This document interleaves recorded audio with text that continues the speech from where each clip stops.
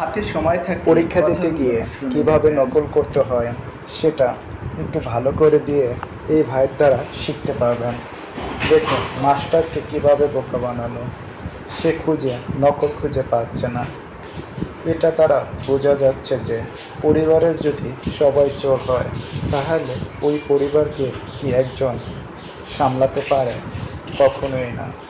তাই মাস্টার পুরো অবাক, সে প্রত্যেকে তার সিস্টেম করে সে নকল করতেছে এবং কাউকে মাস্টারের পক্ষে ধরা সম্ভব না।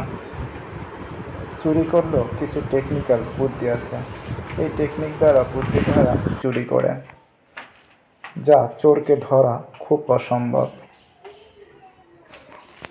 যেটা বর্তমানে আধুনিক একজন নকল বাজ, যেটা সহজে ধরা সম্ভব।